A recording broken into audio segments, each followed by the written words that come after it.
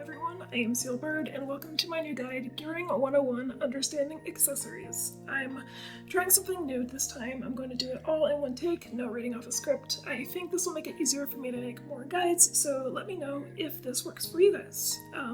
So, in this lecture, we're going to talk about several topics, including stats, boosters and chips, unlocking substats, how to craft, how to synthesize. We're going to talk about every accessory slot, and then finally, I will recommend a gearing priority. So, to start off with, we have the stats. So just to kind of give an overview, there are 6 stats in this game: Strength, Dexterity, Vitality, Spirit, Intelligence, and Luck. Strength and Dexterity are kind of your damage stats. They determine how much damage you do. Strength is preferred by attackers, and Dexterity is preferred by breakers. And then Vitality and Spirit kind of determine how much damage you take. And then if you have a Vit-based attacker, like Aoi SS2, she prefers to have Vitality.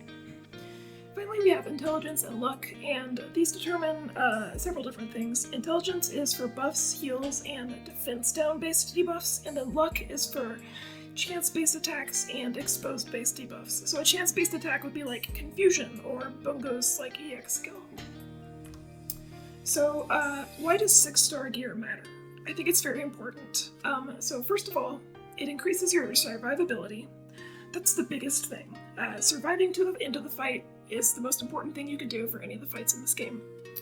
Secondly, it also increases your damage potential. The more stats you have, the more damage you do, and I'll get to that in a second. Additionally, it also increases your buff and debuff potential, and I'll get to that in a second. So, I have to talk about a tricky thing first to understand why. Border is a sort of hidden stat that every enemy in this game has. If you have what's called a C stat above this border number, you do more damage or you take less damage. So, to give an example, an enemy might have 350 border, and then your C stat has to be over 350. So how do you determine your C stat, which is a calculated stat? Well, typically this is the addition of 2 different stats divided by 2 or 3. I have this fancy chart made by Tojo Files that shows a lot of the common formulas for determining C stat. For attackers, they typically take 2 strength and 1 dex, and then divide it by 3. So, for example, we can take a look at my Kanade in my light party and see that she has 493 strength and 355 dex. So to determine her C stat, we have to take 2 strength and 1 dex. So we'll do 493 times 2 plus 355, which is the dex, and divide it by 3, and her C stat is 447. So as that is above the enemy's border, and the more higher it goes, typically the more damage you do. It's a little more complicated than that, but I don't want to overcomplicate things. Unfortunately, the game doesn't actually give you a great way to determine this formula. It just says increases based on, like, just 2 stats. But if you go to the HBR.quest, the Seraph database, and you click on a character and you look at their skill, it will tell you right here what the formula is, and that's how you determine the C stat. But I want to emphasize, none of this is really all that important for you to remember. Just put on more stats and you'll do more damage, is basically how it goes. This also applies to how much damage you take, so enemies will have attacks that are based off of, like, 2 times Vit plus 1 Spirit divided by 3, and your debuffs as well. So defense down based debuffs typically take 2 times Int, and exposed type debuffs take Luck. And again, don't overthink this, it's just how the game works, and I just wanted to kind of give an overview. So the first thing to remember about gearing is that it's a marathon, not a sprint. This will take a while to get all the perfect gear you need. It's a never-ending process, but by the end of it, or even in the middle of it, you're going to feel really good about your gear, and you're going to do a lot of damage. So first off, we have boosters and chips. So I want to show you where to find these in the game. So you have, your character, you go to equip boosters, and here are your boosters and your chips. boosters and chips basically do only one thing, which is increase your stats. That's basically their only purpose. You can purchase these from the shop, the Mari's shop, or if you're looking for the best chips, those are actually from the 4.2 minigame, which I won't spoil. So the best boosters right now are Cicada for survivability, which has 1 chip slot, Dreadnought for strength, Ephemerality for dex, and Automaton for debuffs, or like healing or buffs. Typically, if your buffer or healer or debuffer is like a lower limit break, you're just going to want to put them on survivability. It's only like when they're higher limit breaks and they have a lot of stats that you want to consider doing like Automaton. And these are bought from Mari's shop. They are expensive. And do note that in 5.1, which comes in August, we will have new strength, dex, and debuff boosters to buy, and they are very expensive, so save your GP. The best chips to use, which are found in 4.2 dungeons and the 4.2 minigame. For strength, you're going to have 3 artifact chips and 1 attack chip. You can see that on my Kanaday, actually. That's currently the best setup. In 5.1, we will get a 4th strength artifact chip. For dex, if you're not using Ephemerality, which has 0 chip slots, you're going to use the same sort of setup, 3 artifact dex and 1 attack chip. Blasters don't prefer either stat, so you want to have 4 attack chips if you're using them for damage. If you're using them for survivability, and for everyone else who needs survivability, you want to use life chips. So on a character who's just looking to survive, you'll have Cicada plus life chip. That's just to give them stats to survive. And then debuffs will use heal chips. And so that might look like... Oh, here, a buffer has Automaton plus heal chips to give her a lot of int because she does int-based damage on her EX, and buffs scale off int. So, the next topic I want to talk about is unlocking substats. This is kind of an important thing to do to really increase your stats. Every accessory has 3 slots that you can unlock using an Aqua Amber. And those slots themselves can be re-rolled into the stat of your choice. You can only do this on rings, earrings, bracelets, necklaces, and mementos, but they are very important and it's kind of a grind. So if you look at the accessories tab here, you can see that this buffer, I have unlocked stats for int on every line except the memento. And yeah, so where to find these? Aqua Ambers drop from Gold Skitters in Caverns of Cultivation, which is the ring dungeons.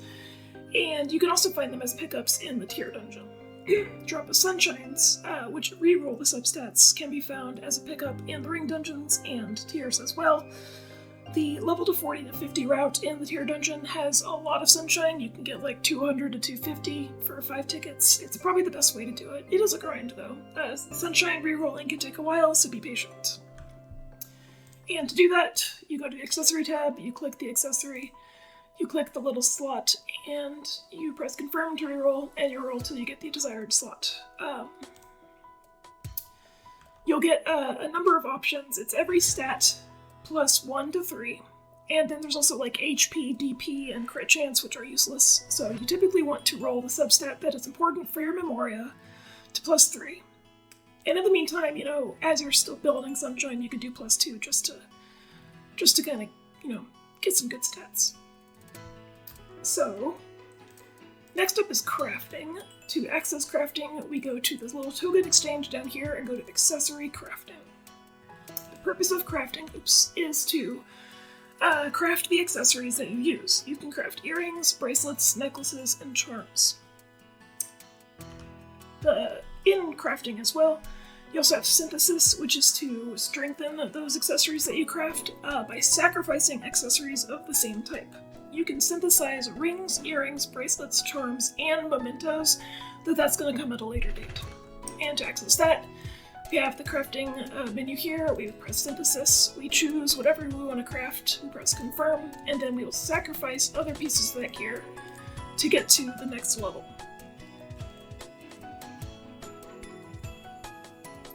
So, the first stat we're going to talk about is rings. Sorry, accessory. So rings have basically two purposes. They provide strength and dex, and they provide a small boost to elemental damage of that ring's type. You can find these in the ring dungeons, which is called Caverns of Cultivation. On floor 3, the boss drops those rings. So to find them, we will go to Power Training and press Dungeon and go to Caverns of Cultivation. Then you pick the dungeon of the ring that you want to get. So Cavern of Fire will drop fire rings. So the gearing strategy for rings is really easy, actually. You want to aim for a +3 or +4 of the element type for that elemental DPS. And then you're going to get a bunch of, like, trash rings, and you can use those just for, like, substats. So, for example, if we go to, like, my light party again, you will see that Kanade has a +4 light ring, which increases her light attack power. But everyone else is going to have random rings that I just, like, used for substats. The rings themselves don't really matter unless you're using them for damage. So yeah, this is the easiest and least important gear grind in the game. I can actually show you how I track my gear. I use a Google Sheet, and I have sections for each thing. And you'll see for rings, I've just like got a smattering of rings for each element. And I've unlocked substats, and like, it's really just not that complicated. Rings are really easy. So, okay, so next up is earrings. So earrings are really important. They provide DP shield up to 1200 and int to 48, and they do one of 4 things. There's the DP damage earrings, which boost damage dealt to DP. That doesn't mean the skill itself has to be a DP damaging skill, it just means any skill that's dealing damage to DP will get a boost. Same with the HP earrings. They will just increase damage to HP. Then you have the overdrive gain earrings, which boosts your overdrive gain on skills. And the devastation rate earring, which increases devastation rate on skills. So, where to find them? We craft them. They cost 5 diamonds and 3 of a specific gem. They can be crafted and synthesized to +6, which is 1200 DP, 48 int, and 15% boost. So in the game, here's where you find how to farm gems and diamonds. We go to gem flashback, and any of these 5, you are going to click the highest flashback and farm them. They'll drop diamonds and rubies. Diamonds are pretty rare. They only give you 1 per LP, so it might take a while to craft earrings because of how many diamonds it takes. So to gear, your strategy is going to basically focus on getting 6 earrings that have 1200 DP. To give a recommendation, you're going to want 5 driving or devastation earrings. This is going to be for your supports. You're going to get them to 1200 DP. And then you're going to want to try to get an attacking earring for 1200 DP as well. That will be for your damage dealer. The 1200 DP is super vital for survival. As you experience harder fights, it'll help you live.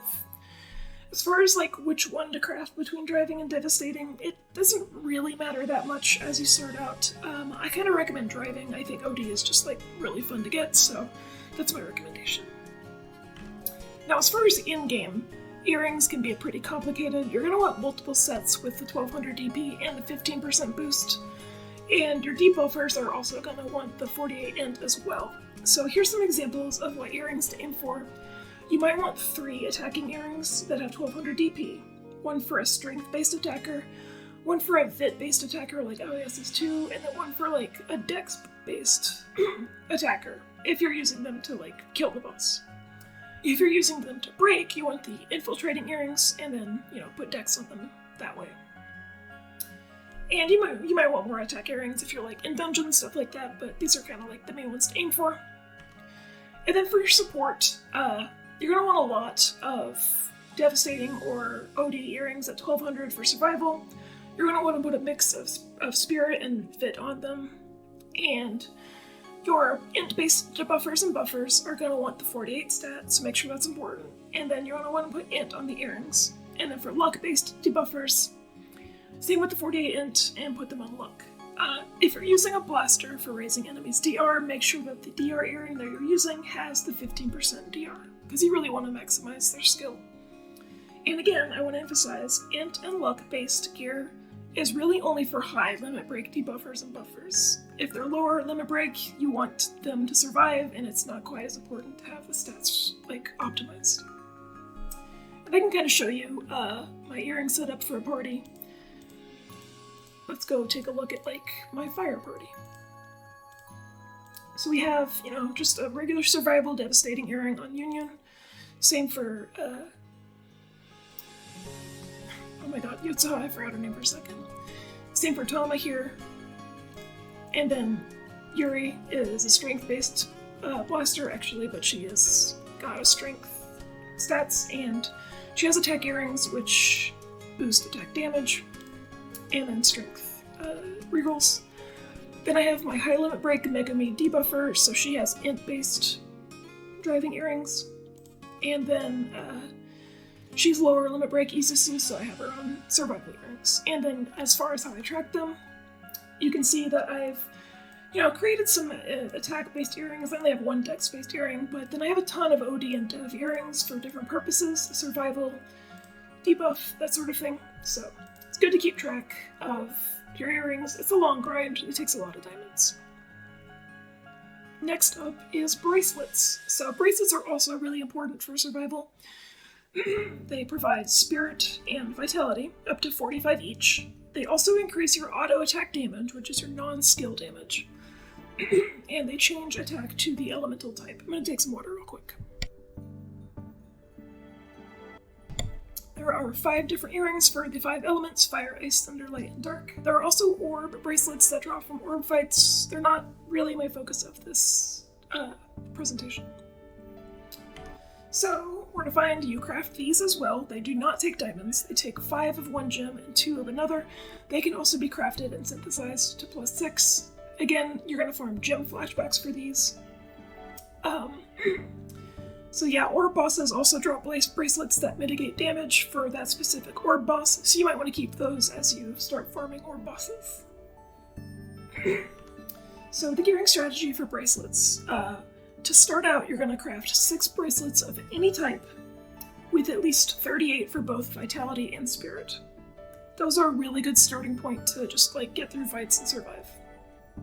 It doesn't matter which element you choose at the start, so just, pick whatever ones you have enough gems for. But as you progress, you're going to want a lot of bracelets. This is probably the longest grind. You're going to want multiple bracelets for each element, since you can't generate overdrive on an auto attack if you're resisted to that element of the boss. So if the boss is fire resistant and you have a fire bracelet and you auto attack, you generate no overdrive. And you're also going to want to aim to maximize all of these bracelets to +45 vitality and 45 spirit. So also important to note, do not equip an elemental DPS with the same elemental bracelet, because if they have elemental crit buffs, they will waste that on an auto attack. So for example, let's go to my Yuri here.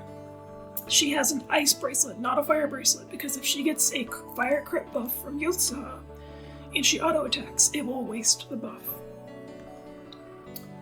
And the bracelets also have 200% damage to auto attack at max, and that's not really important right now, but when Ruka SS5, which is Diva, comes, her EX skill grants lifesteal. So you auto attack with a 200% bracelet, and you're at 1 HP or 1 DP, you'll just heal to full. It's really great actually, but not super important right now. Also, a good synthesis tip that is shared often is that if you have a +3 bracelet with a 45 in one of the stats, it's pretty easy to synthesize that bracelet to +4 because it's cheap, and there's a decent chance that the other stat will get raised significantly to 38 or higher, even to 45. So you can get 45 bracelets pretty easily with a +3 bracelet to +4. And I'll show you my example setup for bracelets here too. So the elements that these people have is pretty random actually. I will change out bracelets if the enemy is resistant, but so we have a survival bracelet on her, an int bracelet on Tama because she's a buffer and a healer. We have a strength bracelet for Yuri, int bracelet for my debuffer Megami, and survival for Isuzu, survival for Union. And I have a lot of bracelets, so a lot of options for, if the enemy is resistant. I'll show you my spreadsheet here. I have several of each type, and each type has several different, like, substats. I track what level they are, and I'm trying to, you know, slowly get them to +6. It'll take a while. So here's kind of what that looks like. Here's a kind of example of a really, really, like, in-game spread for each element. You might want one strength-based bracelet, one dex bracelet, a fit bracelet if you're using, like, a fit-based attacker like Aoi or Chie. You want some survival bracelets, 3 or 4, which is a mix of spirit and vitality. And, you know, if you have higher limit break debuffers and buffers, you might want some int and luck bracelets as well. Obviously, this is a ton of bracelets to get to each category. I don't have each of those for each category, obviously. I'm mostly focused on survival bracelets for the start, and a couple of strength ones for my attackers. It's a lengthy grind, so do be patient. Next up is necklaces. These are also pretty easy. The main purpose of necklaces is to give you 3 SP at the start of battle. It's really important for strats and just comfort. There's 3 types of necklaces that you'll typically be seeing. One is actually a 5-star necklace, which just gives 3 SP, but it's like actually just really useful for a 5-star necklace. Then we have the elemental chain necklaces, which provide 1 skill use, like +1. So if you have, you know, typically skills are 4, it'll give you 5 skill uses. And there's 1 for each element. And then we also have the Euphoria chains, which provide 48 luck. That's obviously really good for debuffers. So where do you find them? So the 5-star Fable chains are actually found just from regular flashback battles. I don't know if maybe you haven't done those in a while, or you're just new to the game. They're just like kind of regular battles that give you 5-star gear and below. That gear is pretty useless except for these Fable chains, which are great. And then elemental chains are crafted with 5 diamonds and 5 gems. And Euphoria chains are crafted with 5 diamonds and 1 of each gem. Now, the 6-star chains are actually pretty annoying. You craft them and they will give you +3 initial SP to a randomly selected roll, which will be one of every of the class. So, take a look at, like, my necklaces here. See, I have a bunch of Fire Providence chains, and, like, there's a Debuffer one, and there's a Blaster one, and there's a Defender one. It's really random which class it assigns, so good luck. It's pretty annoying. Necklaces don't have levels. You do not need to synthesize them. It's one and done, thankfully. So a gearing strategy is just get 6 Faithful chains. It's honestly, like, you can just take those to the end of the game. It's really easy. So again, here's how you find them. You go to power training, you go to flashback battles, you pick one of them, you go to the highest one, and it'll have a chance to drop the Faithful chain. And you just get 6 of them and you're good to go. As far as in-game, you can keep using those, actually, they're great. But you might want some Euphoria chains for your debuffers for the int. For the luck, actually. And if you really need the +1 skill use, you can get elemental chains as well. But I honestly never ever have needed it. With a couple of exceptions, like Megami SS4 or Akari SS2, who have limited skill uses, but for the most part, you can just go with Fable chains. They're really easy. So here's an example spread. You might want 1 or 2 or 3 strength-based Fateful chains for your attacker, or if you're using dungeon with multiple attackers. You're going to want a breaker chain. You're going to want a vitality chain if you're using, like, Aoi. You're going to want a bunch for survival, probably 5. And then for debuffers, you want Euphoria chains with int and luck, depending on what they prefer. You can kind of see my spread here. Don't have a lot of these because it's really easy. I got some fire ones. I have one for Megami. I've got some debuffer and buffer Euphoria chains, but most of them are Fateful 5-star chains. And here's how that setup looks for me in one of my parties.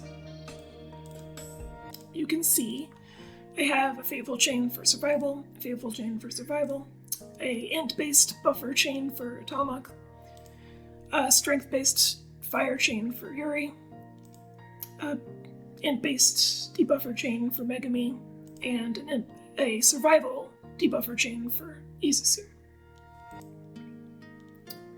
Okay. Next up is Mementos. I will show you where to find them in the accessory thing real quick. They're right here at the bottom. They're only equipable by SS, not S versions, so you can see here. It's just the bottom thing right here.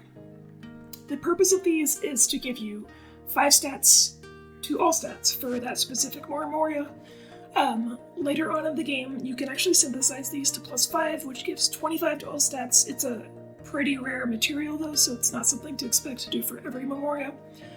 Where to find them, you either buy them from event stores or you get them from recollection stories. However, Ruka and Angel Beats Mementos you actually buy from the shop.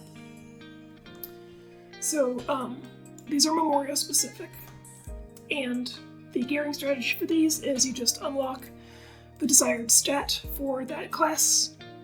And the important thing to note is that there's not much flexibility to change this gear out. So if you have a class that uses multiple rolls, or you have a fight that's harder and you want to put them in survival gear, you can't really change it out without re-rolling, which is kind of annoying. But you can kind of see here, I have Int on Yotsuha. I should probably change that to survival actually. I have Int on Tama, Strength on Yuri, Strength and Dex on Megami, because sometimes I use her as a damage dealer, so this is an example of multiple rolls. So, you know, if I was using as her debuffer, I would want that on Int, but I like to use her as damage. And then Survival on her. And then of course, Union S here can't equip the Memento. Then we have Charms. This is the real in-game of gear. These provide raw stats up to 15 for each stat. They can be crafted and synthesized to +4, and they do not have unlockable substats. To find these, you go to the accessory tab, and they are on the second page here. These are only unlocked if you have a gear score of 170, so as you're starting out, you might not actually have access to craft these or even fight the boss to get the drops to craft these. So these are crafted with 5 Alexandrite and 7 of a gem, with the exception of the Luck Charm, which requires 7 diamonds.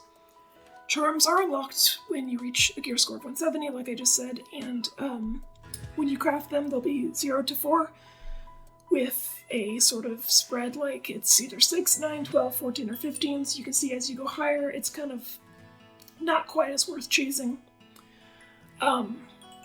And to farm these, actually, is a special boss. We're going to go to the gym flashback, and it's the bottom. We have Arachne, and you want to go to the highest level one you can beat, and it drops Alexandrite, and then, you know, a smattering of, like, random jewels. Arachne is pretty hard. It's null resist. You have to use elemental damage dealers to kill it. As you start out, as your gear gets into shape, this can be a pretty tough fight for some accounts, but eventually it'll be actually really easy. So the gearing strategy is, once you've unlocked it, once you feel like you can beat it, just try to get some strength and dex charms for your attacker, and then try to get vitality and spirit charms for everyone, so 6 of them, to at least +2. As you continue, you want to get +3 charms of everything. So you want to get your attacker, you want them to have a +3 or +3 strength and dex charm, and you want everyone to have +3 vitality and spirit, and then your debuffers and buffers will want int and luck. So you don't really need a lot of these, because no one actually uses luck or int besides buffers and debuffers and healers. +4 charms are a luxury, they're rare, and it takes a lot of charms to synthesize the +4, so +3 is totally fine. It's only a +1 stat. I can show you my setup in one of my parties here. Charms are thankfully one and done. Once you get good charms, you're kind of just done with it. So you can see I have a spread of charms at +2 to +4. Everyone has +3, +4 vitality and spirits. My attacker has the highest level strength and dexterity charms that I have, and my debuffers will have the highest level intelligence and luck charms to maximize their debuffs. And I also track these as well in my spreadsheet, and it's like, you can just see that there's not a lot of them. Like, once you get the charms you need, it's pretty easy to just move on. So here's my recommended gearing priority for early game. So beginners looking to start the gear grind, this is for you. First, I would get 6 Faithful Chains from flashback battles. This will make your life a lot easier and more comfortable. And again, we find that here. We got a flashback battle, you pick the highest one you can kill, and aim for 6 of those of Faithful Chains. After that, you're going to want to start the gym flashback grind. So kill the highest one you can and start to craft earrings. You're going to want 5 either OD or DR earrings of 1200 DP. And 1 attacking earring with 1200 DP. So again, for that, you go to gym flashbacks. We pick the hardest one we can find. It's going to drop the gems and the diamonds, and then you go and craft them and hope for 1200 DP. Then you're going to use those excess gems to craft 6 bracelets with at least 38 for both stats. It doesn't matter which element, you just want 6 of them. And then after that, you're going to want to go visit the ring dungeon, the Caverns of Cultivation, for your desired element and grab a bunch of rings. And you're going to want to hope for 3 or 4 for your DPS. And again, we go to dungeons here. We pick the element that we want to kill. We go through the dungeon, and on floor 3 is when we will get the ring drop. Then, as you progress to mid-game, that's when we want to start unlocking our stats. So you're going to do your ring dungeons, but you're also going to go to the tier dungeons because you want Aqua Amber and Drops of Sunshine. You're going to start unlocking the substats on gear that you're going to keep because these are pretty stringent materials, so only unlock on gear that you know you're going to use. Then you're going to start rerolling for those substats. +2 is fine to start. The goal is to have +3 of your desired substats. Then you can use your unwanted gear to synthesize your wanted gear to higher levels. Get them as high as you can go, as you know you're going to keep them. And all throughout this, you might find yourself lagging in GP.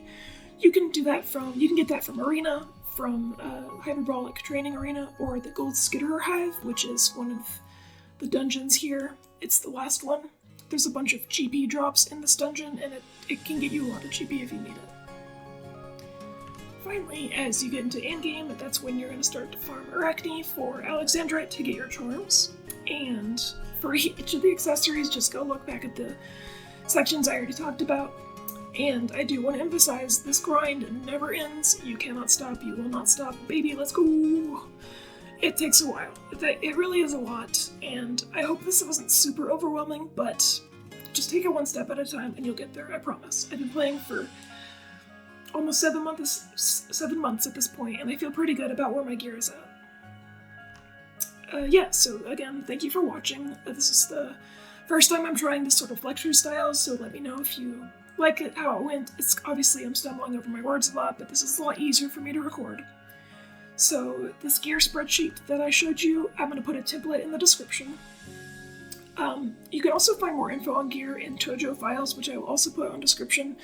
There's a gear tab, which goes over a lot of what I talked about. It's pretty comprehensive, but it can be a lot, so just take a look.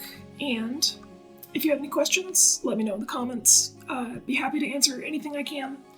And yeah, thanks for watching. I hope this was helpful.